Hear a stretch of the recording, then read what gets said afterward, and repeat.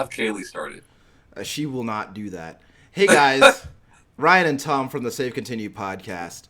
We're actually doing an extra video this week. Last night we recorded an episode talking about our favorite open world games, That's and true. but we had a few time constraints, so we didn't really get to talk about everything that we wanted to talk about in reference to these games that we We brought had up. one time constraint. Shanae. Didn't want, I wasn't gonna say it, but I mean, look, call a spade, you know. Yeah. So, She doesn't uh, watch this show anyway. also fair point. So, anyway, so we kind of wanted to elaborate on the games that we brought up last night, or I guess this week, and talk more about what we appreciate about them and why they stood out to us. Um, so I guess we'll just jump right into it because this isn't really a regular episode. Tom, did you have a game immediately on your mind? Not really. I just feel like all of them I kind of rushed because I could tell Shanae needed to go, you Yeah, know? yeah. Yeah. Um, so I guess I'd like to circle back around to what you were saying about Shadow of the Colossus, because I feel like that game is especially important to you. It is. It's up there, right? Like I think about my favorite game ever, and it always switches back and forth between this and Odin Sphere. Yeah, Uh, but like, yeah, I don't know. It's just so fascinating to me. It does things that like it continues. It's a weird. It continues to do things that games today still can't seem to grasp. right. Uh, at least a combination of things, right? Like all of his games are extremely minimalist, but still tell like such a good, complete story. Yeah, And I think there's definitely something to be said for that. There are no side quests in Shadow of the Colossus, and there doesn't need to be. yeah, You and I have talked a lot about painting the fence green in Fallout 4 when you should be looking for your son, yeah, you know, yeah, or collecting 100 guns to open something in Borderlands the pre-sequel, yeah, Uh, not that I don't like side quests. One of my favorite games ever has side quests, but there's no need for them in this story, so why have them there? right. I can't. I mean, I'm not. Like I said before, I'm not really sure like what the real plot of Shadow of the Colossus is. I don't know what Wander's actual objective is, Yeah. but I feel like there is a lot of context there, and I think that like him going off to do like different side quests just seem weird. Yeah, for sure. So his objective there, he's in this place called the Forbidden Lands, and he brings the body of Mono in hopes of resurrecting her. Who is Mono? We don't really know, and it doesn't really matter, Yeah, right? Some people think it might be his sister. Some people think it might be his lover. We don't know. Story never says, but it doesn't really matter. All we need to know is it's somebody that he cares about. right. And other than like art books and back of the boxes and things like that, we wouldn't even know these characters' names Yeah, because it doesn't matter, you yeah, know? Uh, I like that a lot. Like, I like that minimalist style to it. And we've seen that come up since then with games like Journey or whatever else, right? Like, sure. it exists now. But back then, it was really kind of a new thing, at least to me. Yeah, But I also like that, like, the game is like, and all of his games really are built in this weird shared universe that has like crazy mystery to it. The individual games themselves just have like weird secrets that there was this whole society that I don't believe exists anymore, but existed for years, called the Secret Seekers, that were there as a collective to find out the secrets of this game. yeah, And that's so neat. You don't see that for many other games, and like you could print out that thread and bind it, and you'd have a fucking phone book. yeah. Uh, so like getting to the top of the tower, right? Like that's something we've known you could do for a long time now, but like there was no evidence of that until like 6 years after the game's initial release. Yeah. You know, that doesn't happen now, right? With YouTube and the internet and all that, that doesn't happen now. And then even with the re-release, the Blue Point remake, I should say, like they somehow have found a way to continue that, where there are secrets in that game that people still don't like, still have not found, you Right. know. And the fact that they create something like that, that even in 2020 people don't know every single thing there is to know about this game Yeah. is 15 years fantastic to me. later, you know. Yeah, Uh, and I remember with that game, I think that the first time I saw it was back when when the working title was Wanda and the Colossus, which yeah, by the way I feel is a better name. But uh, the first time I saw it, like I was like I they when I saw it, I was like I have no idea what this is. I have no idea like what like you're gonna be doing in this game. I just know that initially, like I was like this game, like, and keep in mind this is in the early 2000s when I saw this, and right. I was like, wow, this game looks beautiful. Like I don't know what it is, but I want to play it, and I knew that it was coming from Team Eco. That's all I knew. Hmm. Uh, and then like to actually play it, like even as I even as I played it, and again, the only version that I played was the original PS2 release. But even Yeah, as I played it, I was like, I don't really know what I'm doing. I don't know why I'm hunting these colossi. I don't know like what the purpose of these actions are. But there was always something about it that I found it very moving.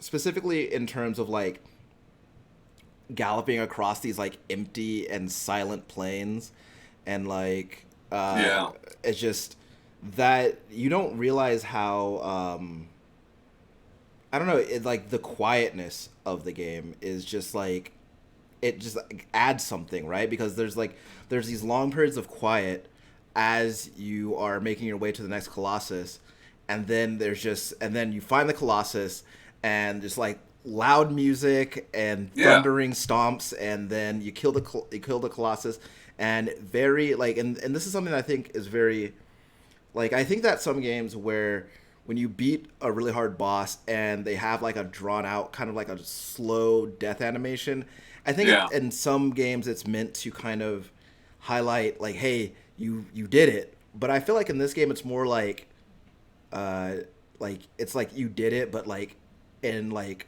a different kind of way, like maybe you shouldn't have done that. And right. And that's what I mean. That's basically the moral of that game, right? But like, it's interesting because like on the last episode, I said that it turns out that you are the bad guy, and like, while that is true, and that is what most people see that game as, you know, the big reveal of that game, yeah, which isn't really even a reveal because it happens very gradually. You notice it gradually as the game goes on and on. Uh, like it's weird, right? Because like it's like Joel in The Last of Us, yeah, right? yeah, You did the bad thing, but like for good reason. yeah, Are you really the bad guy? It's, you that, know, it's a gray area, you yeah, know. yeah. And you, I know you played Eco. This does serve as somewhat of a prequel to Eco. Um, so you know, there's that too. Yeah. You know, I don't know. I feel like I've absorbed so much of that game uh, Yeah, through osmosis, just because of like, watching you play it and listening to you yeah. talk about it, and I feel like I've absorbed a lot of it, and I don't feel like I don't. I'm We have a not. Let's Play where you watched me play most of it. Yeah. You know, you were with me playing most of it. Yeah. Um, I don't know. It seems just like a. It seems like the kind of storytelling that I could definitely appreciate, like as someone who was like a Soulsborne fan, right? Yeah, And like, I enjoy like the stories where like you have to, like that involve like a fair amount of speculation and yeah, kind of putting the pieces together, and stories where like you can, I mean, maybe you got something out of it, and someone else gets something else out of it, and I Right. think that kind of thing is interesting because I think I it. also like it's based in like some very weird religious shit, Yeah, and I really like when fiction takes from especially Christianity and yeah, Catholicism. yeah. Uh, Even though I am not religious at all, I don't know. you know. I think there's something too because I like a lot of one of the reasons I like this is an open world game, but as an aside, like I really like Blasphemous, and Yeah, like especially like tonally speaking, because it's like it's got like a lot of weird like creepy like Christian stuff in it yeah, that's like depressingly violent, and I don't know, I think that stuff's cool. dude. The dev diaries for that game, like those, wherever they're from somewhere in Europe, you know. Yeah, But whatever town they're from, they got like weird sculptures and carvings of that type of shit like all over their town. really, That's where they took that shit from. Yeah, yeah, it's pretty cool. yeah. Yeah, but oh, so one of the games that I wanted to talk about last night was was Far Cry 5. And Yeah, yeah, yeah, so like, you know, one of the things about uh one of the things that I really appreciate about that game is how well there are a couple of things, right? So on one hand, I know that Ubisoft was kind of like touting it as they made it seem like it was going to be more serious and political than it really was. I Um, think that's only after there was support of it being that way from yeah, fans. but You know then what I mean? but then It's kind of like the same thing that happened with Wolfenstein. sure, yeah, Yeah, but like to actually play the game, like the I mean the only subtext is whatever you take from the Eden's Gate stuff, right? yeah, Whatever subtext you want to draw toward Heaven's Gate, then you can. I mean that's about the extent of it. yeah. I've Um, heard it's pretty strong though. I haven't played it, yeah. but Well, like I guess like anecdotally, I can't remember what the reception of that game was. yeah, But the fun thing about that game is I think that of all the Far Cries that I consider to be like, I guess the quote unquote modern Far Cries, right, from 3 to now, yeah, um, I think this is the one that is like most unapologetic about like being over the top. I think 3 and 4 definitely took themselves very seriously, and it really yeah. really shows. And that works kind of to their detriment. But this game is just like it's all like I can very much tell that whomever was leading this game, I think Dan Hay might have been leading this game, but I'm not sure. But whoever was leading this game watched a shitload of 80s action movies as they were Sure. doing it because the whole game is like it has so much of that stuff in it. It's like it's so like there's like wailing guitar solos with like explosions and like See, and I'm glad to hear you say that because, like, of the Far Cry games that I have played, and even of the ones I haven't played, like, I like Blood Dragon the best. yeah. Uh, and I'm more likely to play Primal than, 3 or 4. Yeah. Yeah, so for you to say that it is a little more, uh, I don't know, immature Yeah. is refreshing for that series. First Far Cry I played was Far Cry 2, Yeah. and dealing with the malaria and all Yeah. that BS, and fixing the fucking cars and all that, and like, Yeah, and so like there isn't like so there is an annoying mechanic in the game, right? So one of the ways that the cult keeps people under control is this drug called bliss. oh, I heard about this. Yeah. Like, you end up getting like knocked out several times, right? Yeah, it's like it's used like as kind of a plot device because every time it happens, then you're in a different place, like a different Yeah, cutscene.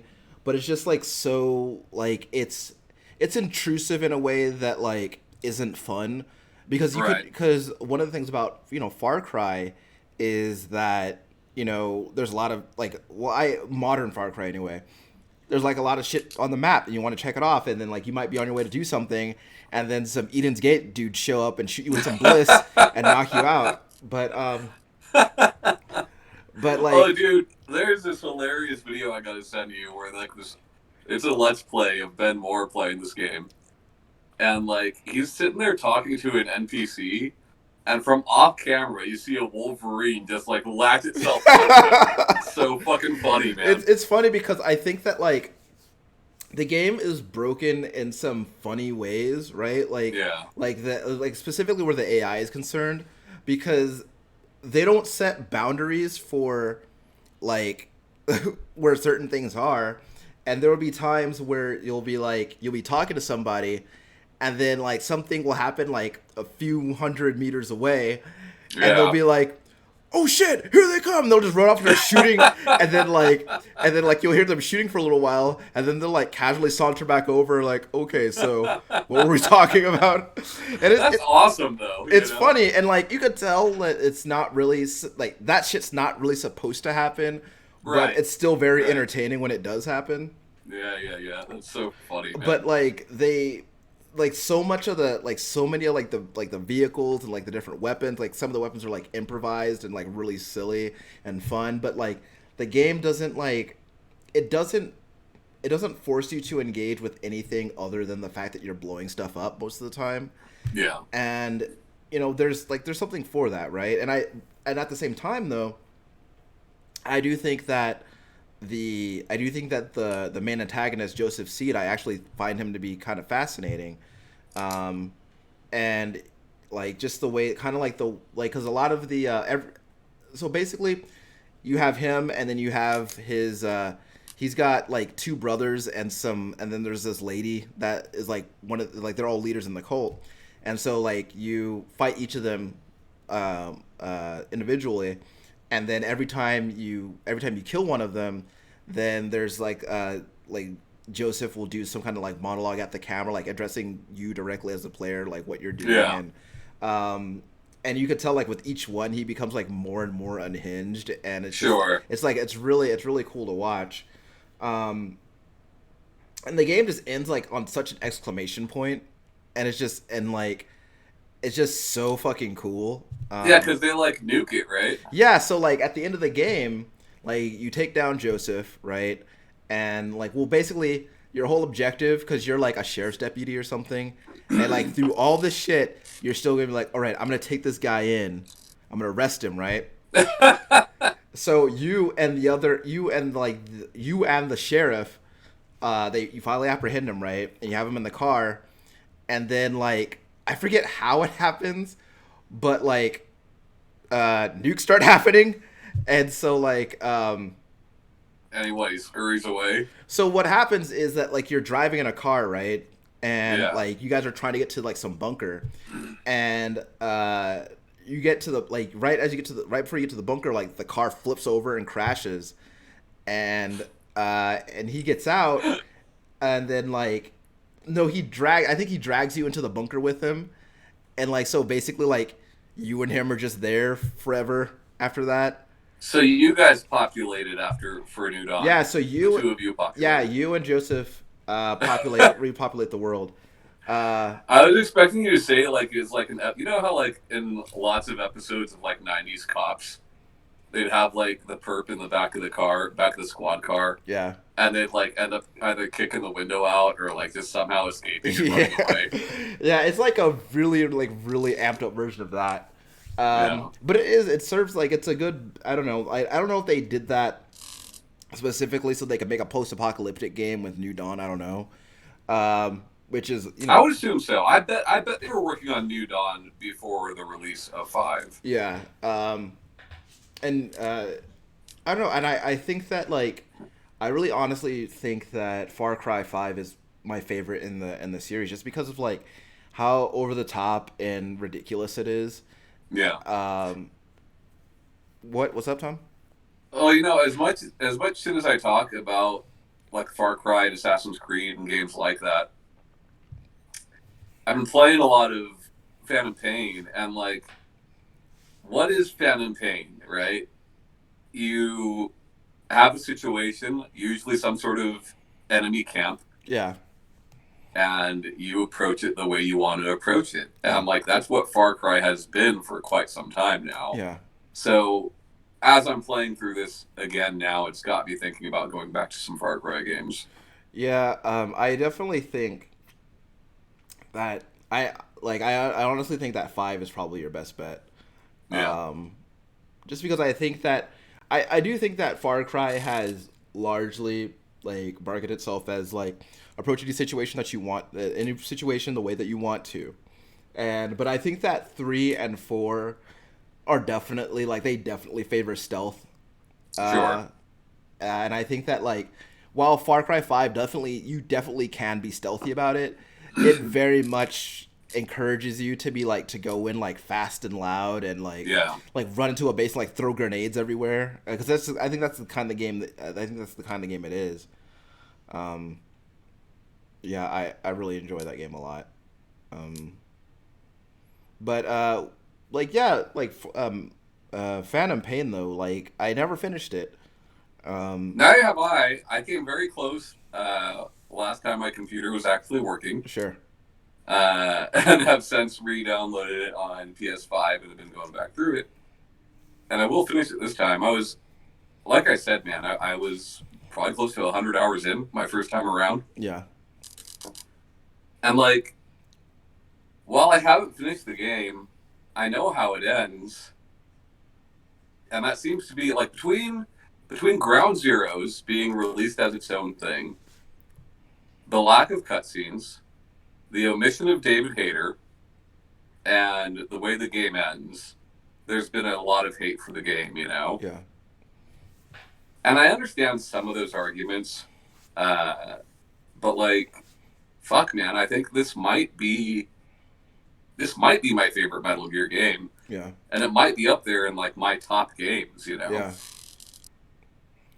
I don't Um, I don't know. I think that the game like it does so many things right, and I think that what's cool about it is that I feel like it allows you to kind of like establish what you want the loop to be.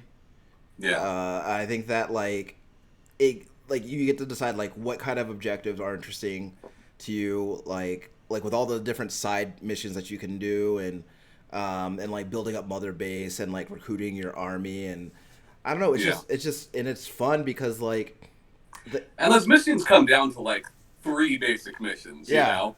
They're pretty much the same three missions over and over again.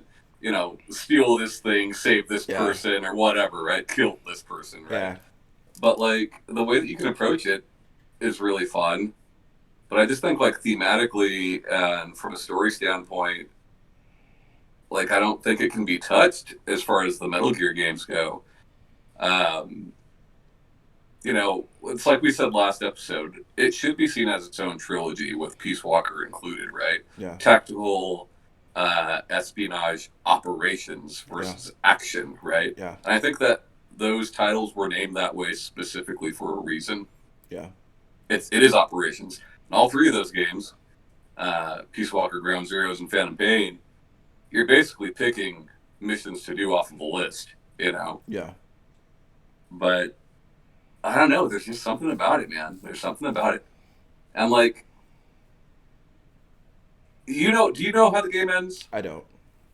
Okay, well, spoilers. You do know that you're not Snake, right? You're not Yeah. Big Boss, Yeah, you're right? I think like midway through like you Yeah, meet Big Boss and he's like you got to keep being me. I'm going right. to go be me somewhere else. So wouldn't it make sense for you to not be voiced by Kiefer Sutherland, Or David or Hayter. not be voiced by David Hayter, Yeah. rather? You know. Yeah. Now, you know, people can say, well, then why wasn't he the voice in Ground Zeroes? And sure, I'll give that to you.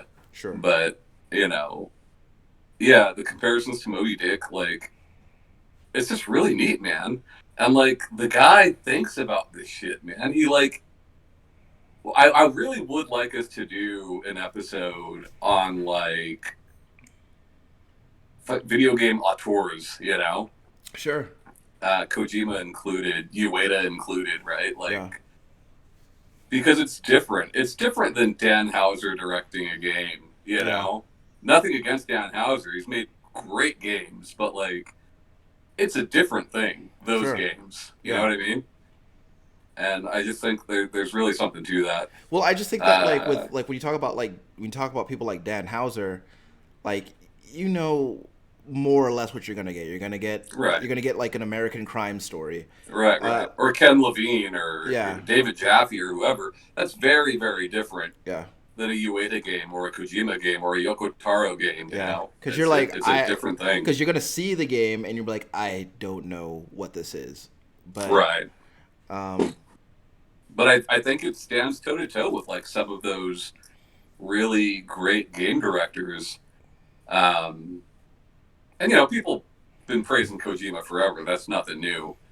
But this game specifically, you know, like Peace Walker, while it was a great game, there wasn't like the story there wasn't fantastic. You know, yeah, like okay, so there's a fucking double agent, and you fucking what's he do? Like throws her in the ocean or something like that. yeah. Like okay, great.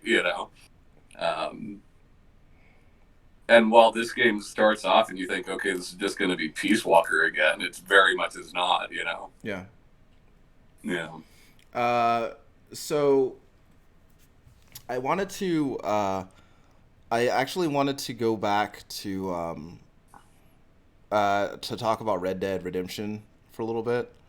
Sure. Um, After I just got done trashing Dan Hauser, yeah, sure. I'm just playing. uh, if like he was the one email we got in 5 years, like, listen here, you little punks. Uh, no, I don't know. I kind of wanted to because this was a conversation that we had after we stopped recording last night, and like far like removed from um like how funny you guys thought that I loved the relationship between Arthur and his horse. Like I think that kind of thing speaks to what you can accomplish when you have like this open world 60-hour game where Yeah. you can build up like cuz like think about it, like I'm traversing this huge world, and this is like this is the horse that I did that with, right? Yeah. And in doing so, like you think about like the things that you guys are experiencing together, which is uh like I had a bunch of different gunfights on the back of that horse, right? Like I escaped a lot of different like close calls with that horse, you know. But then like also like not even thinking about that, but like thinking about like the distances between 2 points in that game and how typically they're quite vast, but and how that is almost always used as a means of either I think letting you take a breath and like just take in the scenery around you, or understanding the relationship between Arthur and another character a little bit better.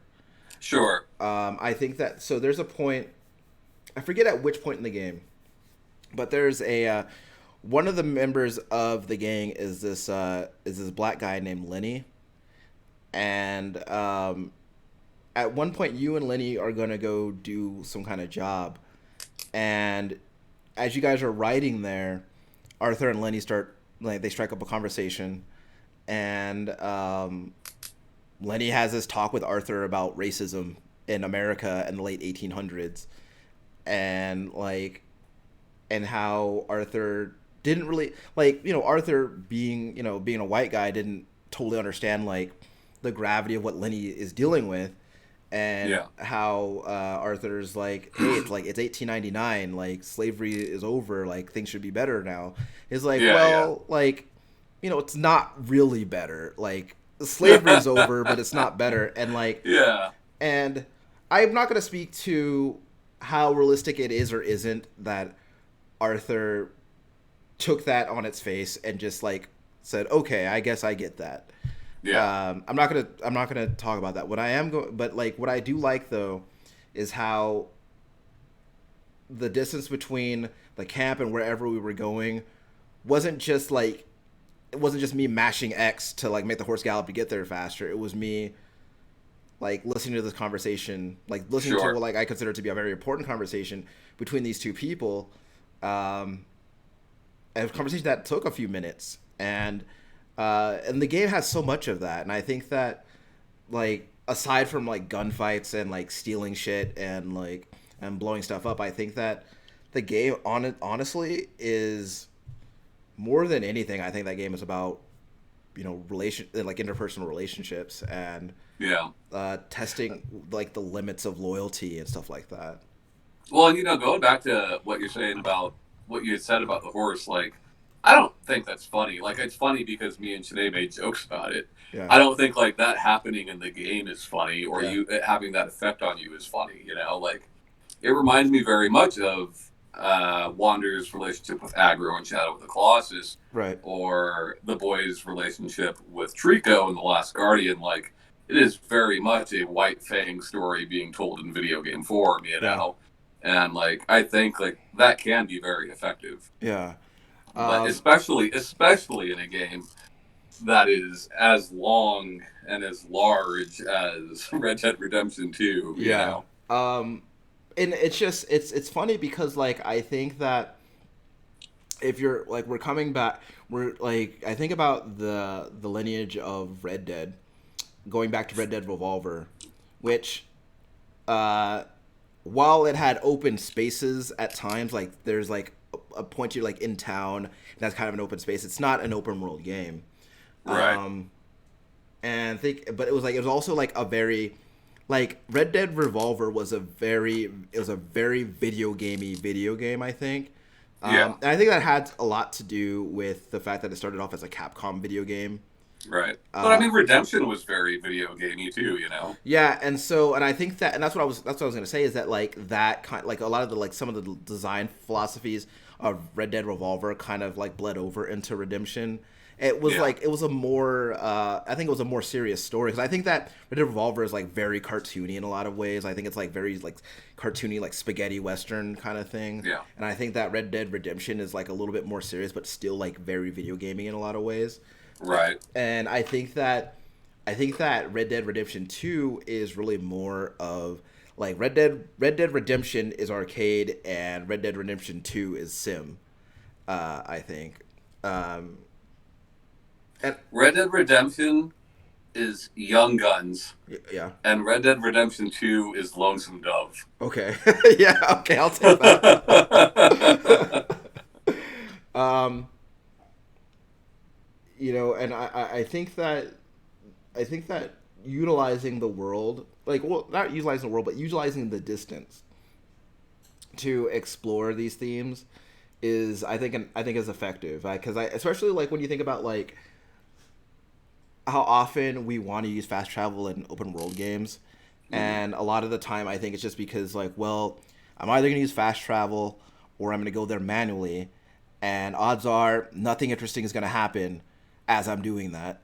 Along your way, right? Along the way, nothing's really gonna happen. So like, why not just fast travel?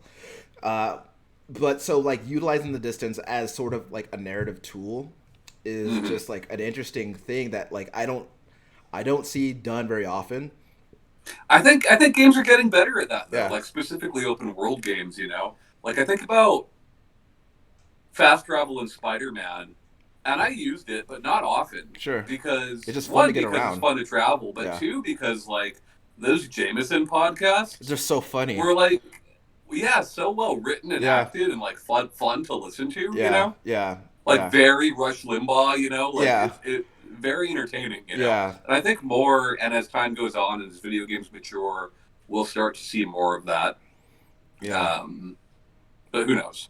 Yeah. Well, specifically with Spider-Man, I think like um, I was when Shanae was talking about Arkham City last night, and I was thinking about how uh, the Arkham games do a better job of making you feel like that superhero than most superhero games do. Yeah. And I think that Spider-Man does an even better job than Arkham did with that, because I think that Spider-Man gives you like I think that's like the best representation of what it might be like to be Spider-Man in video game Yeah. form. Um, And what's funny is like we've had good representations of that. yeah, It's not like the Xbox 360 Iron Man video game or the Superman Returns video Sure. game. We've had good Spider-Man games. Yeah. This is just better than those, Yeah. Yeah. Yeah. And it's just like the way like uh one of the things I like about Peter Parker is how much of an everyman he is, and this and that game made him such a believable guy. Like, there's a point in time because like when you start the game, him and Mary Jane are broken up, and like he's like obviously he's like hoping that there's a chance between them, and there's a part that you remember where him and Mary Jane are texting back and forth, and some wires get crossed, and like he's like he just finishes like you finish a mission, and he texts Mary Jane that like he's like it's over in reference to the mission, and Yeah. she's like, well, maybe it should be over. And he was like, and then Spider-Man's like, no, no, no, no, and like there's a point where he's like walking back and forth on a ledge, like frantically texting her, Yeah. and like it's believable, right? Because I think that like It is. everybody, like we've all been in a position where like we said the wrong thing in text message, and then that we're like frantically, Sent something to the wrong person or yeah. whatever. And it's Yeah. just like Yeah. it was a very human moment that like was really cool, and like also like the number of conversations he has while swinging from one location to the other. Like his aunt will call him, or Miles will call him, or Mary Jane will Yeah. call him, and like having those conversations as he's like swinging like from building to building is like it's just really cool. I don't know if you or Kaylee noticed this, but if you didn't, you should go back in. Uh, because all of those lines were recorded so many different ways. For the sole purpose of that, when Spider Man is swinging closer to traffic, it is louder. So he has to speak louder. Yeah, And when he's up high, he can speak softer. yeah, And because of that, they recorded that stuff several times to account for where you are yeah, while you are playing. yeah. And that's like it's such a small detail, but that's so cool to me. Yeah, like cause like, and it's funny. It's again, it's one of those things where if they didn't do it, you wouldn't have noticed, right? Right. But they did it, and it's just it makes the game so much better. But Um, it's like your texting thing, right? If it's louder, yeah, you'd be talking louder. Like yeah, yeah, yeah, and like, and that's another thing too is like where the swing is concerned, like letting yourself like dive off a building, like and like get really fast and like and then immediately and then shooting your web shooter and like start swinging from the building and like and that kind of I don't know, it's like a roller coaster feeling, and yeah, it's just like it's like it's always new. It always feels new to me, and I think I think the way that they made just traversal so seamless, right? Like if as you're swinging, like he collides with a building like in a parallel way, he'll like run along the side of the building, and then you can like jump hmm off and like swing over to the next building, and just stuff like that just made the world just a joy to navigate through. Um, and I think that a lot of times where I will see, like if I'm playing an open world game and I see that where I need to go is all the way on the other side of the map, I was like, well, fuck, I'm just gonna fast travel because like why not? But as Spider Man, it's fun. It's fun to like to see how fast you can make him go and like see how high you can make him go, and uh, my you know what that makes me think of is like, and while I do think like several of these games are quite good, the Bethesda Softworks open world RPGs, because like those maps, especially for the time, are freaking huge. yeah, yeah, And you can't fast travel somewhere unless you've already been there. yeah, So like sometimes getting from point A to point B just took forever, yeah. forever. Um, and that's it's so weird too, right? Because I think that with all of their games, I think that they have so much opportunity to put like no like put cool interesting things out in the world, and I'm not going to say that they don't, because they certainly do. Yeah, There are secrets to be found in every open world Bethesda Softworks game, right? But I mean, when you compare that to you know how much like emptiness there is, and like how much like yeah. there's nothing really dynamic about it, and it's just not. And your top movement speed isn't great. Yeah, so That's another thing I did want to bring up though, in regards to Spider-Man, because we were talking about this with Infamous Second Son as well. is that like one of the complaints, and it's a complaint that I kind of felt too, and I felt bad about once I actually started thinking about it, was that the map size felt not very big. You know, it doesn't feel like a big map. Yeah. But you have to remember, like, the map is bigger than you think. You're just getting across it much faster than you would in a lot of these other games. Yeah. You know what I mean? Yeah. The fact that Spider-Man is like zipping across blocks at a time, uh, you know, I don't know how huge they would have to make that map for it to actually feel as big as it should. You know? Yeah. Um, Does that make sense? yeah, it does. I'm thinking about, Like, imagine walking across Spider-Man's map at the speed at which you walk in the Elder Scrolls. sure. You know what I mean? Yeah. It would probably seem a lot bigger. Yeah. Um, well, that's the thing. Well, that's what I'm talking about with Bethesda software games, though, right? It's like they don't give you, they don't really give you like interesting ways to get from one end of the map to the other. Yeah. And all the Fallout games, your option is to walk or fast travel. If you don't have fast travel, then you're just gonna run as fast as those characters can run. Yeah. Which is so it's weird to me because like as someone who's been a Fallout fan since the first game, I know that they still have cars, and Right.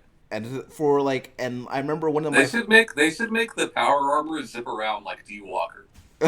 yeah, or like do something. I don't know. Like they have jetpacks on them, but they don't do much. But Yeah. I don't know. I think that there's so much opportunity for like the Fallout game specifically to give you interesting ways to like to move around. Um, I think in Fallout 4, if you join the Brotherhood of Steel, they give you these you go off on missions for them, and you're in these like they're called vertibirds, which are basically like helicopter kind of things. It's like how cool would it be if I like just had my own one of those Yeah. and I could just go anywhere I wanted, or Yeah. like Yeah. I had some like kind of cool like Mad Max style car that I just drove around. Like you guys took inspiration from Mad Max anyway. Give me a Magnum Opus to drive around in, you know. But Yeah. and I just think that there's like so much opportunity there. But like the funny thing is, I was talking to Kaylee the other day about Skyrim, and they give you horses in that game, but they're not really much faster than like walking, Yeah. and it's just like, and they take like when you first get a horse, when you first get a mount, I think in an open world game, I think it's supposed to feel like okay, this is cool. This is where the game opens up for me. Right. This is where it gets really cool. Like that's how it was in Breath of the Wild. I feel like when I got my first horse, I was like, holy shit, look how fast I'm going now that I have this horse. Like this feels so cool. I feel like I can see so much more of the map like in such a short period of time.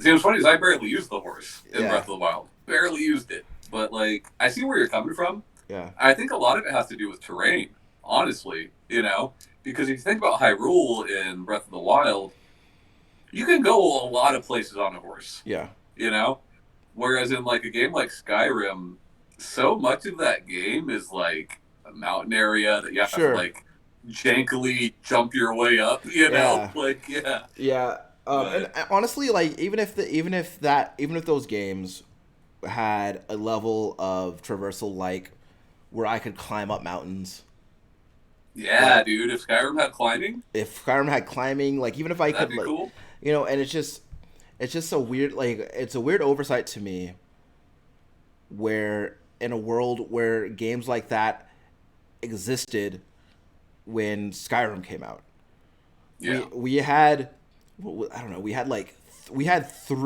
two or three Assassin's Creed games by that point, and yeah. you could climb everything in those games, right? And I think that, and like, look, I don't know shit about game design. What I do know is that in a world where there's a lot of like vertical surfaces, it's fun to be able to climb up them.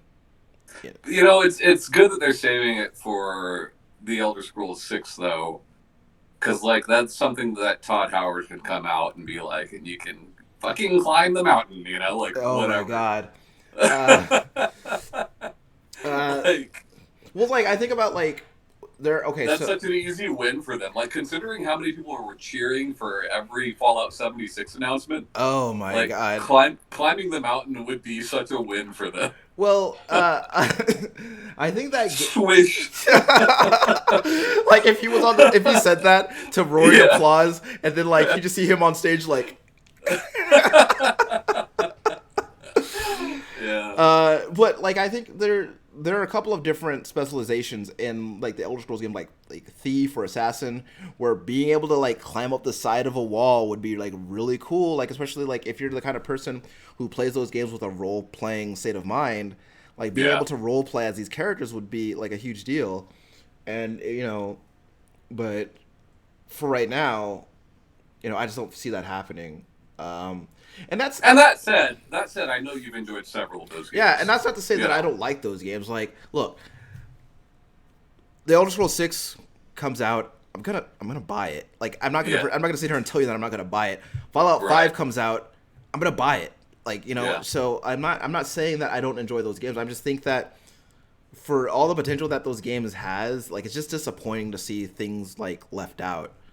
Um, but Especially considering like the time, the budget, and the staff that goes into those games. yeah, When games with a smaller budget, smaller time, and smaller staff have accomplished those things, you yeah. know? And Yeah. it seems like such a a small thing, and it can certainly seem like I'm nitpicking, but like I just think that like when you design a game in a way that is meant for me to move to get everywhere on foot, then don't make it such a fucking chore to do that, you know? Especially if the game is designed for you to be playing for 60, 70 hours, you know? Sure. Um, but anyway, I this is like that's besides the point. I think that one of the things that I talked about with open world games last night is and again that I touched on today is like how many different ways they can tell stories, and um, I brought up Yakuza last night, Yeah. and I I think that I talked to you guys about this last night. I think that what I like about Yakuza is how much uh, I guess the hijinks and tomfoolery that he gets up to, how they contrast with his like serious disposition and what is really his like a very serious objective that he's trying to accomplish. But he keeps getting like we talk about side quests and side missions and whether or not they make sense, and I just feel like a lot of his don't make sense, but at the same time they do because they make sense I because know exactly what you mean. yeah, they make sense. Having not played much of it, Yeah. but having heard a lot about the game, so there's this guy I watched, and he's talking about a quest where you go to this sushi bar, and like the guy that runs the place, Yeah. but he needs like a specific kind of fish, and like he wants to be like the best sushi guy like ever, and Yeah. like and you're helping him out, and that in turn helps you out, and like that is a meaningful side quest to me, especially in a game like that, right? With a story like that, that kind of quest can be a meaningful quest. Painting a fence green before I go save my kid isn't a meaningful quest. Yeah, that's and like well that's excuse me. That's what I talked about last night with specifically with open world games where you can create your own character. I don't like the idea of like I can choose what the character looks like, but you've decided the motivations of that character for me, Yeah, right? Like you've created nothing, right? yeah, like the only thing I changed what the character looks like, but it's the same it's the same guy regardless, right? So but anyway, like with Yakuza though, like so many of the side missions are like there are very few side missions that aren't just ridiculous situations that he found himself in. Uh and but like they makes the for some like I don't know, I guess like it's hard to articulate it, but like I feel like they make sense because of who he is. And I think also it makes sense because of the style and the vibe that Yeah. game's going for. Yeah. It's not going for the same vibe as a Fallout or a Skyrim, you Yeah. know? Yeah, and honestly, it's a very anime video game. Like so Yeah, much of that shit, so much of the shit that happens is ripped straight out of an anime. right. But it's like, but it's done so well, and like the missions are like you go into these missions, you're just like, I just want to see how this ends. I just want to see like where this is going because Yeah. this is such a dumb premise for a mission. I gotta see where this is going. Uh, like there's But that's endearing, right? Like yeah, that's part of it, you know? That's yeah, not part of fucking Fallout. That is part of Yakuza, you know? yeah. Um, and just like, and the funny thing about about the city of Kamurocho is that like it's just there's always people everywhere, and there's always this one person, not one person, but there's always someone on the side of the side of the road who is just handing out tissues. You don't ever do anything with them. You just have them. They can be in your inventory, but they don't serve any purpose, right? Or so I Okay. thought. So I had all these tissues that I saved up, right? I don't know why I saved up. I don't know why I saved them. The game never told me to save them. The game never told me that they do anything. It's out of fear. You don't get rid of them just in case they have a Yeah. purpose. Well, it just so happened that I go to a park and there's a guy in the bathroom and he's got no toilet paper and he's got bubble guts real bad. And so he's like, so you give him all the tissues you have, and then he's like, oh no, I have a really bad one coming on, and then you have to run off and get him more tissues, and it's just such a ridiculous thing. But I did it, Yeah, and that's awesome. yeah, but like, and again, that's juxtaposed against like a really well told hardcore revenge story, Right, you right, know, right. and You know what's always appealed to me about that game, and you can correct me if I'm wrong because I've not played enough of it, but it's something that I didn't really realize I've been longing for is the real estate. yeah, You know, because like that was my favorite thing in Fable was real yeah, estate. You know, yeah. and I know I'm pretty sure Yakuza has something similar to that. So in Yakuza 0, I forget how this happens, but somehow Kiryu like comes to own a real estate firm, Yeah, and so like you spend time and money trying to make sure you're locking down these different real estate areas, and to make yourself more money, though, to make right? yourself more money. But each of these areas is ruled by a different person, and Yeah, so like at some point, like you gain enough traction in that area through your real estate dealings that you gotta fight that person so that you can sell more real estate in that area. sure, sure. Uh, and like But I mean that's the thing though, right? Like Yakuza are big, like real life Yakuza are big yeah, into like real estate and yeah, property and stuff like that, you know. yeah. So that's pretty cool. But the funny thing about it is Kiryu is not even Yakuza anymore. He's just some Right. guy, and he just gets Even in Zero? even well. So in Zero, he starts off as Yakuza, Okay. and then like he decides like I'm gonna leave. Yeah. I'm done with being Yakuza, and Yeah. then But they keep pulling him back in.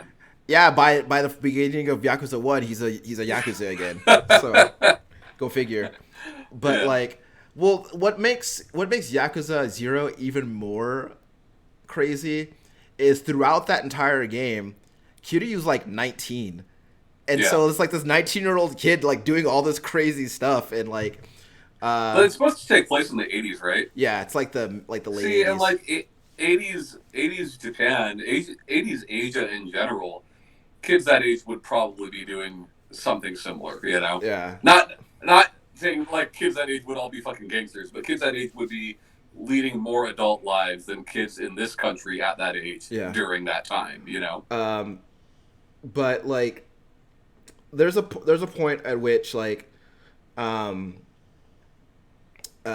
you have to fight this guy to get control of this real estate district, and then like after you beat him, like Kiryu like throws a bunch of money in the air, like Yeah. just a bunch of just a bunch of Yinjimins. He throws them all up in the air, and then he like he catches them in his hand, and then he fans them out and starts fanning himself with them, and it's just Yeah. like it's just such a cool like ridiculous thing. Um, and one of the guys, like he's like this nerdy video game guy, and like he doesn't fist fight you. He wants you to meet him at an arcade and beat him at Outrun, and Yeah, yeah. it's I just know they have a lot of Sega games, like, yeah. but like the full games are there though. Yeah, yeah, and Yeah, I think Yakuza 6 has like a full ass virtual fighter in it. yeah. And I So know it's not the only series to do that. I know other series in the past have done that, but it's yeah, still fucking awesome. You yeah. know? Um, and I don't know, it's just it's cool. It's a cool city to walk around in, and like as you're walking around, like random dudes will like pick a fight with Kiryu, and like he'll just like so you have to fight somebody like just trying to walk down the street. What I remember with my short period of time with that game, as far as the environment goes, is at least at the beginning of that game, things are so dense, and you're walking around like these small little alleys and Yeah, shit, and like as much as a game that strives for photorealism but cannot achieve it can bring to life, it feels real. You yeah, know, it's believable at the very least. You yeah, know, yeah. yeah. If you get deeper into that, if you ever get deeper into that game, the real estate minigame is really cool. But the real game for me was the hostess bar Oh minigame. yeah, Did you yeah, get to play with that? Did you get to play with Majima? Like it's just like it's fun. Like just like it's basically Diner Dash, but with okay. it's basically like that kind of thing. I'm into that. I'm into that sort of thing Yeah. sometimes, So it's especially if it's not the whole game. You yeah know. it's neat. Uh, but yeah, like I don't know. Knock on wood, my computer will be up and running soon. Cool. And that's where I own that game. So Cool. maybe I'll go back to it. Um, did you have any more? I'd like to talk about Nier Automata real quick Yeah. because it's such a weird thing to think of as an open world game. It's an open world game. There are side quests, but it is very, very linear. You Yeah. know, Yeah. you always know where to go, and if you're just going for the main story, you can finish the first playthrough in probably 5 hours. Sure. You know, uh, but like it's interesting because it's an open world, but it's a relatively small open world. But you can like T1000 run everywhere, you Yeah. know, Yeah. and like because of that, much like Spider-Man, you cover ground pretty quickly. There is fast travel, but like you cover ground fast, and for such a small map to have so many distinct environments, I think is really cool. You Yeah. know, um, I think that was the biggest thing I couldn't get over with Mad Max was that a lot of it felt the same, Sure. which makes sense, Yeah. right? Totally makes sense for that game and that story But for it to look the same. it doesn't make But it more pleasant to make your way across right, it. right, right, right, Yeah. right. And it's the same thing with fucking Metal Gear. So much of Phantom Pain is desert, you Yeah. know. Uh, yeah, whereas like Automata, it's like you've got a forest, you've got a castle, you've got desert, you've got Disneyland, you've got like a bunch Yeah. of random shit, you know. Alien spaceship, like a fucking shopping mall, you know, like Yeah. random crap. Yeah. And I just really like that. You know, everything else I have to say about the game I've said 1,000 times on this, Sure. Sure. but yeah, Um. Yeah. So I did want to bring up. I want to talk more about Ghost of Tsushima. Uh. Ghost Dog. Yeah. I've never seen that movie all the way through. I've But never seen that movie. but I feel like I I just know- remember the trailer. But I feel like I know how it ends. So The trailer was Forrest Whitaker on a rooftop. yeah. Yeah, Yeah. it was Forrest Whitaker, right? It was Forrest Whitaker. Yeah. Yeah. Well, the whole name of the movie is Ghost Dog: Way of the Samurai. So Yeah. But I think that like when I listen to people talk about that game, I think two terms that I've heard the most are boilerplate and straightforward. Yeah. And I'll preface this by saying that again, I acknowledge that Sucker Punch's approach to open world games has not changed much between Second Son and Ghost of Tsushima. It has not changed that much in the last 6 years. Well, and you saying that, Second Son is a pretty straightforward game. Yeah, You know. yeah.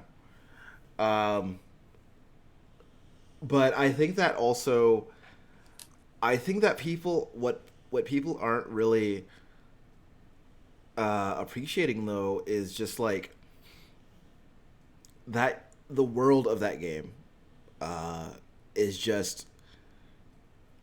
it's gorgeous, you know. Yeah. Like especially like going through the fields with like the really tall grass, and like especially at the beginning of the game when you get that late title card and you're galloping across that field, and then Ghost of Tsushima comes across the screen, Yeah. and like the wind with the wind at your back. It's just like everything about that presentation is just really great. Um, So it sounds to me like what you're saying, like what does it for you is what the game evokes and yeah, like the themes and aesthetic of the game. yeah. I think that like when I think about when I because I uh, again I think that is the most beautiful open world game that I've ever played. But I don't just mean like visually speaking. I think that uh, all these different themes and all these different like the way that it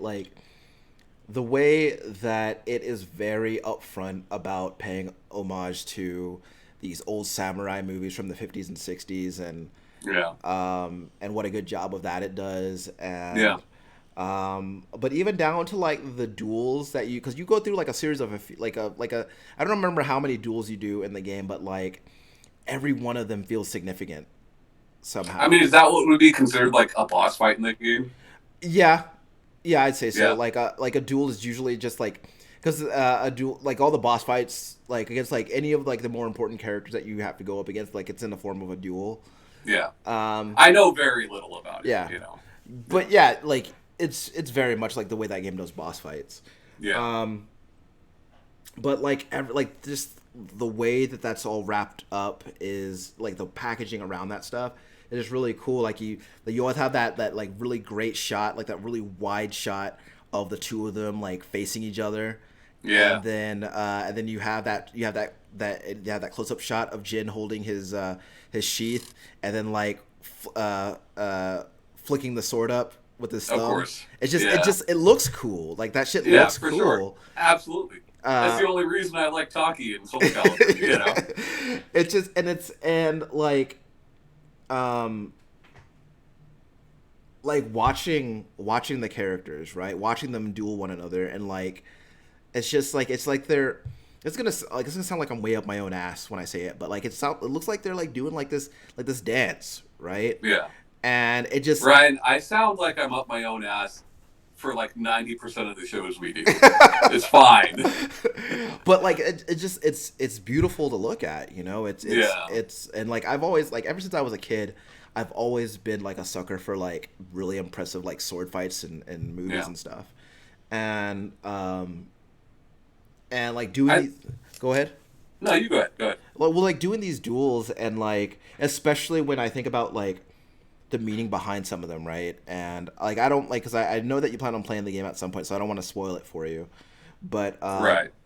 you know, like the meaning behind some of these duels, and like how sometimes like they're like very emotionally charged like fights that he has to do, and like but then watching him I don't think whenever I listen to people talk about the game, I don't think I ever hear people talk about like the transformation that Jin goes through from samurai to this ninja ghost figure, right? Um, I think people don't talk about it because it's something that, like, I know nothing about the game, right? But I've known that for like a year since before the game came out, you sure. know? Well, I mean, I think, like, that, he's on the right. cover of the game looking like Yeah, that, right? right. So I think that's why it doesn't get much mentioned. But I do think, like, as divisive as the game has been, and I haven't even noticed it being that divisive, but I haven't really been looking for it either. You Sure. know, I think the same thing can be said for the Phantom Pain. I think like these games will age well and I think that people will come to appreciate them more as time passes. You know, Yeah. think about like Metal Gear Solid 2. People fucking hated that game. Yeah. Wind Waker. People hated that game. You know, but like give these games time to age, and I think more people will find an appreciation of them. You know. Yeah. Well, I do think that I don't know if this is like I don't know if this is I don't know, presumptuous of me to say it, but I think that there are a lot of people who play video games, but there aren't a lot of people. I think that a lot of those people might not have seen the movies that this game is drawing inspiration from, Oh, and for sure. but in the way that those movies have aged and a modern audience appreciates them, I do think that this game will be looked at that way Yeah. later on because it You know has what's funny is I thought the same thing about L.A. Noir, yeah. and history has not been kind to that I one. heard like an interesting thing about the development of that game where they said something about how like they they were looking for the facial expressions to like figure more into the interrogation aspect, I mean, they did, right? That was the whole gimmick. but But like like it, you know, what's funny is like the faces for the time looked good, yeah. but like now looking back at it, they still look okay for the time. But like the faces in Siren look better to me, you Sure. know. Yeah. uh but like I remember hearing I don't think I heard this, I think I read it, but like someone who has like it was somebody who like played the game and they have autism, and Yeah, they can't like read facial expressions in the same way yeah, yeah, yeah, neurotypical people can. They're like, this game is really hard. yeah, uh and like it's weird how like and the ways that we like look to push the games forward, and how like those things like kind of affect people in different ways. But that's something that I really liked in Ghost of Tsushima, is that like um, with everything else in the game, I feel like the facial capture and the facial animation in that game is really good. And like there are some moments where like they capture like just like these small like little emotional twitches in people's faces, like as they're doing things, like and like that kind of these things that kind of like make the scene for them. yeah, dude. Um, That's fucking RE engine all the way, man. yeah, All and the facial capture in the Resident Evil or the RE engine games in general. yeah. Mwah. I didn't even know Ghost of Tsushima was using facial capture, so Don't that's cool. so don't quote me on that. I don't know if it's just really people animating stuff really well, or if there is actual facial capture. Okay, Either yeah, way, yeah, but either way, it's believable. Yeah, yeah. Um, and you know, I talked about this last night, where and I don't really feel like this is a spoiler to say it, but like the way that like as you because like so Jin has this thing where he was raised by his uncle mostly, and his uncle taught him to be a samurai and taught him how to fight with honor, and taught him like you always look your enemy in the eye when you kill him and stuff like that. And so like almost immediately in the game, uh, one of the things that Jin has to do to like survive is he has to stab a dude in the back yeah, to make it out alive. And like the first thing he does after doing that is like apologizing to his uncle, because yeah. like his uncle taught him the opposite of that. Um and Does it give that time to breathe? Because like in the Tomb Raider reboot, you know, she's never killed anything, and like she kills the deer and she's crying about it, and then a minute later she's mowing down dudes with machine guns, you know. yeah, So like, does it give that time to breathe? You know?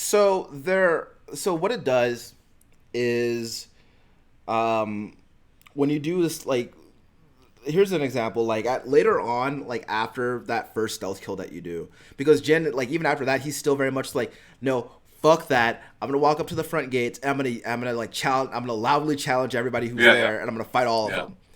But then like as he realizes it's necessary for him to like be more stealthy, because like, hey, I'm one guy and there are like 20 guys in there, Right. At one point, like you do like you jump off of like I forget like if it's like a tent or like some box or something. Like you jump off something and assassinate a guy from above, and it goes like it'll go like it goes to this flashback like something that Jin remembers from like his uncle like teaching him stuff. So they keep going back and forth to that, and then like over time, you watch Jin become like more and more accepting of the fact like well like if we want to win this Yeah, yeah. war, I have to do this. Yeah, see, and that's was probably the biggest concern for me from a story standpoint. The fact that they actually, it's not a fucking light switch at the very least. Yeah, Uh, is a good thing, at least to me. yeah. I like the Tomb Raider reboot, but like that always kind of bothered me. Well, like, cause yeah, like she kills the deer and then she's Rambo. Yeah, exactly, exactly. So it's weird, but just like was just this who you were the She whole drew time. first blood. Yeah. Though I think that it would have been really awesome if at some point uh Lara comes up behind a guy and she's like, "I told you to stop chasing me." Man, dude, they should have. Crystal Dynamics should make a Rambo game. Yeah. Honestly, Tom, the Rambo game that we got is what we're getting, I think. So, You think so? Hey, we yeah. got a new Predator game. We got a new Terminator game. That's true. Maybe we'll get a Uh, new Rambo game. Um, but yeah, like I don't know that whole like and again like the him being the ghost conflicts with everything that he was brought up to believe, everything that he was taught, like becoming a samurai. So, uh, you know, feeling for him in that conflict is like I think a really huge part of that story. But it's cool like to like run around in the world and like go do the different side activities and like look if you're somebody who doesn't who approaches open world games and doesn't like the icons all over the map, like doing those, the game's gonna drive you fucking crazy because there's a lot of that shit. yeah, But even throughout that though, like you'll find people on the side of the road who are either being harassed by Mongolians or by bandits, and then like you have an opportunity to do something about it. Like you can trigger a standoff where like you basically like just a quick draw with your fucking sword and like guys run at you and you just like kill them all in one slash and stuff like that. yeah, I Um, saw that. That's pretty cool. yeah, or like you can like you do what I did and like ride at them in full speed with your horse and like fire flaming arrows at them. Um, and so Can you choose to do nothing? yeah, you can just ignore it. It doesn't That's like probably what I would do. yeah, I don't like at a certain point like I think because like they're procedurally generated, so they're just gonna keep happening. Uh, Right. but so at a certain but like every time you do it, like you get a little bit more on your XP bar. So there's like So there's you want to do it? yeah, and before you unlock everything like on the map, like there are going to be times where you save somebody and they're like, "Hey, I heard about this thing over there. You might want to check it out." Yeah. So there's gonna be a fair number of a fair amount of that, but yeah, it's a fantastic game, and I feel like I don't I as far as listening to people talk about the game, I'm the only uh we're like me and like because I feel like Kaylee really liked it too. I think like the two of us are like the only ones who are like have like been really enthusiastic about that game, like even Yeah. after finishing it. So, um, I really enjoyed that game, and I think that there are themes in that game, and again, I think that you're right that a big part of that game to me is like the inspiration that it draws and the themes that it focuses on. But it does those things so well, especially for someone who appreciates that stuff. Yeah. I mean, if you really have like a cultured palate for true samurai cinema like I do. Um, Well, and not to take anything away from the game, from a mechanical or gameplay standpoint, but like I've said it before on the show, like there's really nothing wrong with style over substance. Sure. There are games that I think are fantastic just because of their visuals. Yeah. Um, but I'm not saying that's the case here. Sure. But Sure. for that, for the aesthetic of the game, to be what is really doing it for you. Like, there's nothing wrong with that. Yeah. Um, yeah. Also, this ended up in my fucking honorable mentions last night, but I really want to give a shout out to Final Fantasy 15. Uh, I love that game a lot. Uh, Yeah. you know, that like of all the Final Fantasy games that I played, that had the world that I most enjoyed engaging with, the world that I most enjoyed traveling around in. Yeah. The idea, like just the road trip with your boys, and like you get into these like adventures with them, and like it's just cool, and like driving around in that car, and like you stop off on the side of the road, maybe you make camp, and like just like tell stories or whatever. It's a cool game, and uh, I haven't, it's the only Final Fantasy game that I've beaten by myself. Yeah. But I attribute that to two things. One, it also just so happens to be the easiest Final Fantasy game I've ever played. And two, um, I care about those characters in a way that like I never cared about. I mean I'm not gonna say that I've never cared about a Final Fantasy character, because I'd be lying if I said that. But uh, I think that I was drawn more to these guys than anything, because they're just four best friends, Yeah. and they just watch each other's backs, and even though sometimes one of them's being a little asshole, like they all like rally around him and like try to like get him like back in the game. And um but I think that the world itself is really really pretty, and like all the things that you can do in the world, and like ride chocobos around the countryside, or you can go fishing, or stop off at a diner and play that weird pinball game that they got in some of the diners, or like have like a little Oh meal. yeah, that's right. I forgot Yeah. about that. um Yeah. I started playing it. Played it for maybe just a couple, 2 or 3 hours, yeah. and it just lost me. I'm not exactly sure what it was. I think part of it is the story. Like, it's weird because there are games that I really love that have a bunch of content Sure. that you can only get outside of the game. Right. You know, and but for Final Fantasy 15, it's like I feel like I need to care about the game first Sure. before I go seek out that other stuff. Right. Right. Right. Right. But and Square Enix in general has done a lot of that, and not just with 15, with a lot of their games. Yeah. Did they do any of that stuff But with like, Nier Automata? oh yeah, I mean, your Automata's got books and stage plays and all sorts of shit. Yeah. But I mean, that's just Yoko Taro in general. He did that shit when he was with Cavia. But you know, with 15, like, I don't want to watch Kingsglaive unless I think 15 is Yeah. cool already. Yeah. Yeah. If Yeah. I already like 15, sure, I'll go watch Kingsglaive.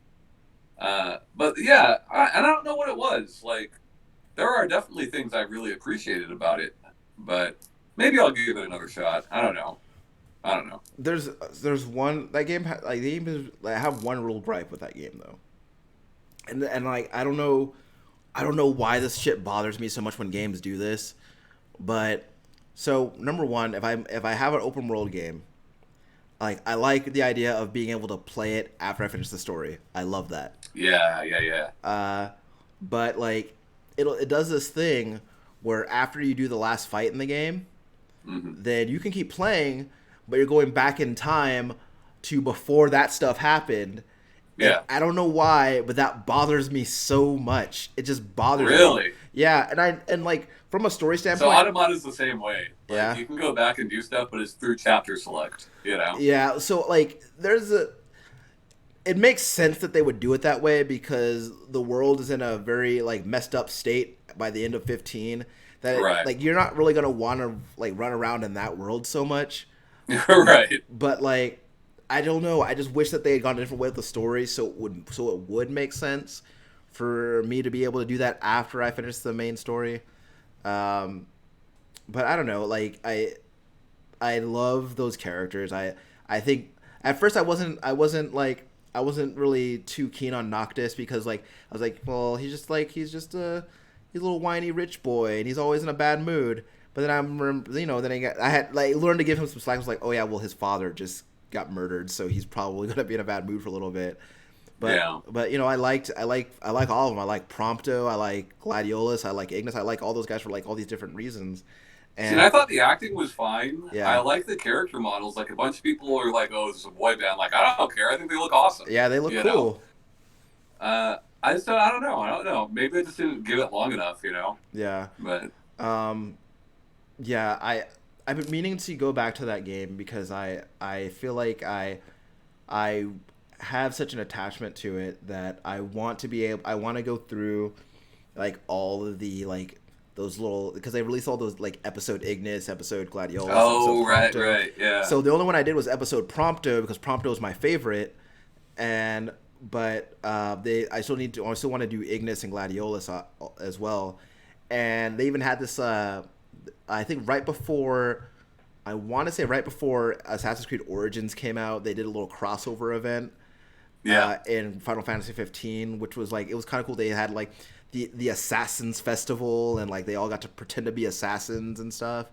Um, which is weird because they had a crossover in Assassin's Creed Origins where you can get Noctis's sword, and Yeah. it's got like a bunch of like what looks like it's got like a bunch of like modern machinery and shit on it, so it just like kind of looks weird. But And all those boys are in Soul Calibur. oh well, yeah, well three of them are in the background cheering him on, Yeah.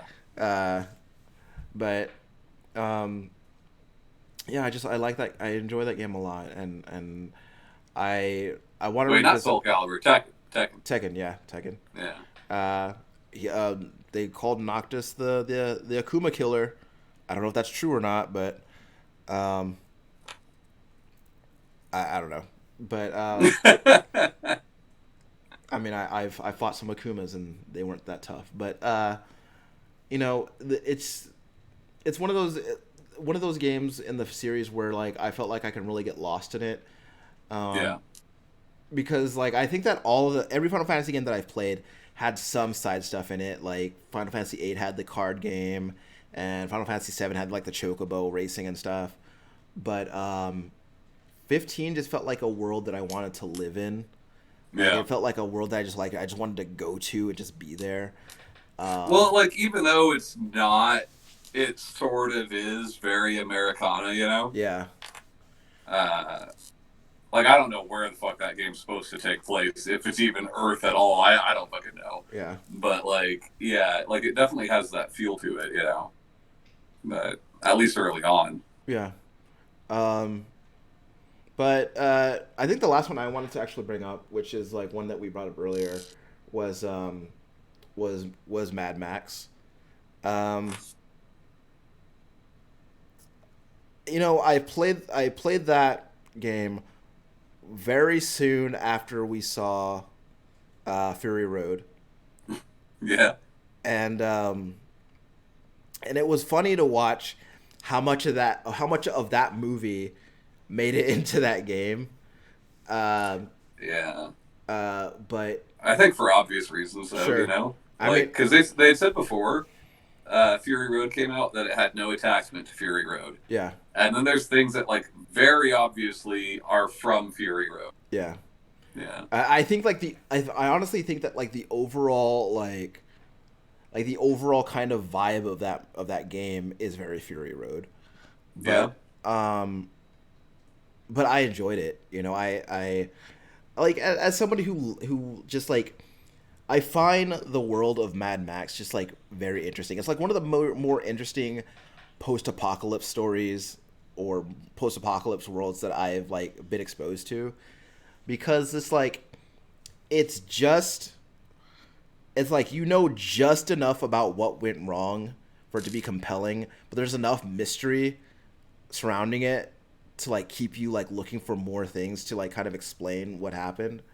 yeah, Um, and like like finding like different like postcards, like mementos that people left behind, and like seeing like plans that people made that never came to fruition because the world fucking ended, and just driving that car. And we talk about how like so much of that world just looks the same, which it right. should, Yeah, it but should. it still looks the same. And but I don't know, like, I mean, the environment I do like you know, it's believable, and like the way that the weather works is pretty cool. I think you yeah, know, yeah. but yeah, I've had fun with it. I just again a lot of these open world games that are in that style, I play for a few hours and Yeah. I'm And, quickly over you know, the way that the games work and are structured. You know, I think that people do that because like that's a very safe way to make your open world game. right? Uh, Well, yeah, give it the Arkham combat. You know, like I'm done with the Arkham combat. sure, You know, like I'm over that. And I don't really know what else you would do with a Mad Max game. It's sure. not like he's going to be unloading fucking clips into people. Like, Yeah, yeah, there's guns, but like they don't have a whole lot of that. You know, yeah, so you know, punch, punch, punch makes sense for that universe. yeah. But again, it's just not. You know, I Well, mean, what are they gonna? They're not gonna give it platinum combat. You know, that wouldn't make any sense. yeah. So I don't know what else they could possibly do there, but Well, unless they went like a Souls direction with it, which would be weird. um, there. I think that there are ways, like, and I don't ask me how, but I think that there are ways to make open world games, specifically a game with that, a game based on an interesting property like Mad Max. I think there are ways to make that more interesting, and Well, I think Mad Max was very interesting though, right? Because like that game would have done better if it didn't come out when it did. sure, because You it came know, out it at the came same time as Phantom Pain, right? right. Yeah, Uh, it would have done better if that wasn't the case. yeah, And it's not last gen when we're getting fucking Ratatouille the game, or yeah, even though it's a good game, X Men Origins Wolverine or Iron Man or any of that. You know, this generation, aside from the mobile space, gave us probably the best generation of licensed games that we've had. sure, You know, sure, Mad Max is a good game. You yeah. know, It's a very good but game. yeah, Um, like they I think that one of the things that that was like immediately cool to me was like as someone growing up like watching like those movies, like getting to drive his car yeah. and you know, I like that little buddy you got crawling around on there oh fixing things yeah, up. chum bucket and Yeah, like he's stupid, but he fits. You yeah. know, he fits the Well, universe. and that's what I like. Like I like stuff like that. Like and Yeah. like the weird like vernacular that they have in that world. Oh yeah, yeah, Like people who are good with plants are green thumbs, but people who are good with cars are black fingers, and yeah. Sure, sure. a surgeon Guzzling and mediocre and all and that a shit. surgeon is an organic mechanic, and Yeah, like stuff like that. It's just it's neat. It's like it's got a lot of it's a Mad Max is a world that has like a lot of character to it, yeah, and it's like character that's fun to engage with. And um, I think that again, like you said, like if that game didn't come out when it did, which like man, what a bad what a bad yeah. decision, But I'm like not saying it would have done gangbusters, sure, it but wouldn't have. But, it would have done better. You yeah, know. um, it is it's but I think at the same time though like it was so hot off the heels of Fury Road that like when else are we gonna sell a Mad Max game?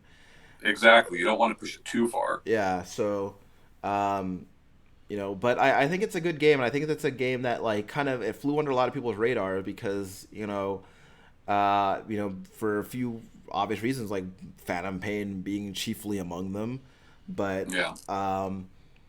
Which it's is funny because they're so different, right? But I yeah, think people just see like open world desert game, you know, yeah, like yeah. yeah, but I enjoyed With my like time. Phantom Pain doesn't even really feel like an open world game, Yeah. you know. But yeah, Also, I wanted to ask you this before I forget because I thought about this. I thought about this as I was lying in bed last night. Um, uh, is Pokemon Go an open world game? I don't know. It's I don't got know, but it's I've never. I mean, I've never played the game, but I understand the way that it works. I mean, I guess, yeah. It's got the I mean, it's got the biggest open world of them all. So I suppose. yeah, name a bigger map. No Man's Sky? Sure. I don't know. Well, I guess like Elite Dangerous is the entirety of the Milky Way. So there you Yeah. go. So that's a pretty I'm big map. surprised you didn't bring Elite Dangerous up. Because, like, of the two, Hmm. having not played much of either, Elite Dangerous just seems so much more interesting to me than No Man's Sky. Well, I think that like as much as I love Elite Dangerous, I think that like I feel as if my relationship with that game has become more and more complicated as time goes on. Yeah. Uh, like at its But, like, remember, it's like a year or two ago when they first decided they were going to put life into the game, right? Mhm.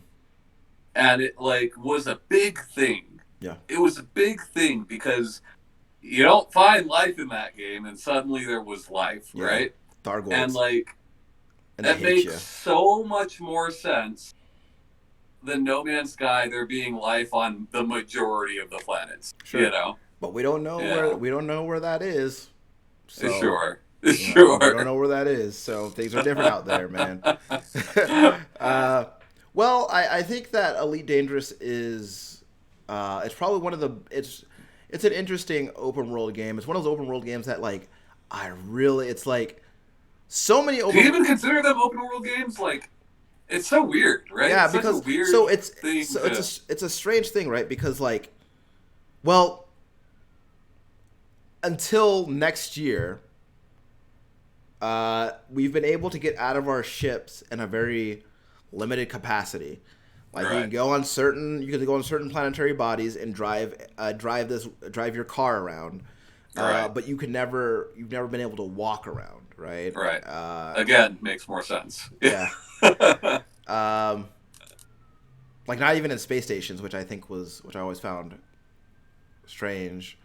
Um, and it is also strange that like if you look at some of these ships, like some of these ships have like really huge interiors that like huge interiors like with multiple seats in them Right. and like just like I just feel like what like this could have very easily just been a cockpit, but like you like Well, there's all they're this social distancing. It's space COVID. sure uh but you know I honestly like when it comes to defining what an open world is I think that the way that I define it is any game that gives me a large area of unrestricted space to in which to navigate, Yeah. which I think that Elite Dangerous has more of that than most of the other games that I've mentioned today. Sure. But you know, I just feel like for all the space that I am able to traverse in that game, there's always been something about it that always felt really restricted to me, and I don't know Well, that because it was. yeah yeah and I think that my opinion that I think that my feelings about that might have changed if at the very least I was able to walk around in the space stations where presumably people are walking around and doing things.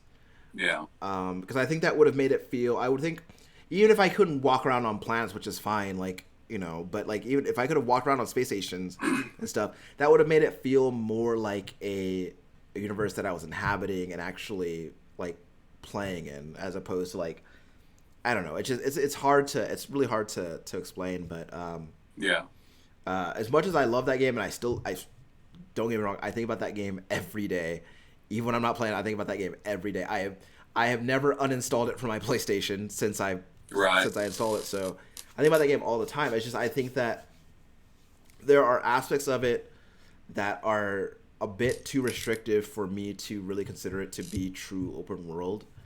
Um, but you know, maybe that'll change come next year because they have an update called Odyssey coming out that's actually going to allow you to get out of your ship and walk around sometimes. So we'll see. So we're gonna have Assassin's Creed Odyssey, Mario Odyssey, and now Elite Dangerous. It's called the Holy Trinity, Tom. Sure. So This is I have a game that I wanted to bring up that I forgot to, okay. and that game is called Skate 3. Okay. Because like with a lot of the stuff, whether that be like the way that Spider-Man's map is made or the way that Gravity Rush's map is made, like I think level design in open world game is super important, and it's very obvious when it's good and when it's bad. Yeah. You know, I shouldn't even say bad, but it's boring. You Sure. know, and like with Skate, you know, like, okay, so the Tetris effect is you play so much Tetris that you start seeing Tetris pieces in real life, Right. right? Not like fucking hallucinating that you're Yeah. seeing Tetris pieces, but you know, in ceiling tiles or whatever else, grid paper, right? Yeah. Whatever it might be. And there is a very similar thing when you've been skateboarding for a large portion of your life that you'll be driving around and you'll see something, you'll be like, hey, be cool to do something on that or whatever, right? Yeah. And like the fact that Skate 3 and the other skates as well, but Skate 3 specifically is like at least somewhat based in realism, more so than like the pro skater games, right? Right. Uh, but they can make this map with so much bullshit for you to play on, you know? Everywhere, regardless of where you go. And on top of that, give you things that you could actually move around, which you couldn't do before, and you couldn't do in most pro skater games, if any. I don't know if they ever let you I do it or remember there was not. like one of the pro skater games where like they were like, not only can you get off your board now, but now you can create your Yeah, own lines by pulling stuff and moving stuff around. So maybe. But like the fact that the level design is like it was like it's built around that. It's built around skateboarding yeah. in a somewhat realistic way. And they did a really good job of that. Like Skater XL recently came out, and like I don't know if all the locations are, but at least some of those locations are digitized map of real world locations, Right. famous skate spots, right? But like they just took pre existing spots. Nothing against that game. I like that game a lot, but like Skate 3, like they just came up with this fucking place, you Yeah. know? And I think like there's something to be said for that. Like level design, especially when you have to think of specific things like that, like what would be fun to skateboard on? Uh, is this fun to walk on from the east side or from the bottom of, like Sure. things like that are always very impressive to me. Yeah. Right on. Yeah. I never got to play any of the skate games. I've always been curious about them because I like the idea of like an all analog Yeah. skateboarding game sounded really cool to me. And I know that like Tony Hawk had started experimenting with that with the trick stick. I Uh, forgot about that. yeah. So do you ever play Tony Hawk's Project 8? Yeah. I had Project 8. Yeah, like when they zoom in on the skateboard real Hmm. close and you just That do the was the sticks. worst. Yeah. I love the Pro Skater series, but that was, it was Yeah. going downhill fast. Yeah. Then But, downhill jam, but like, exactly. Yeah. uh, but It's yeah, fun, right? It's a fun system. It makes me think of like Fight Night, in that like I really enjoyed Fight Night, but I was always really bad at it. And I think I was bad at it because I didn't understand the way that boxing actually works, sure, you know? And I feel like a lot of those analog stick simulation sports games, it really helps if you have an understanding of whatever sport they're trying to sure. simulate, Like you know? I feel like I've watched like considerably more boxing than basketball. So Yeah. the action of like doing a quarter circle to do a hook made more sense to Right. me versus Right, like exactly. trying to figure out how to do a free throw with it. I just Right. yeah, but yeah, that's yeah. I never really thought about any of the skateboarding games, especially like I think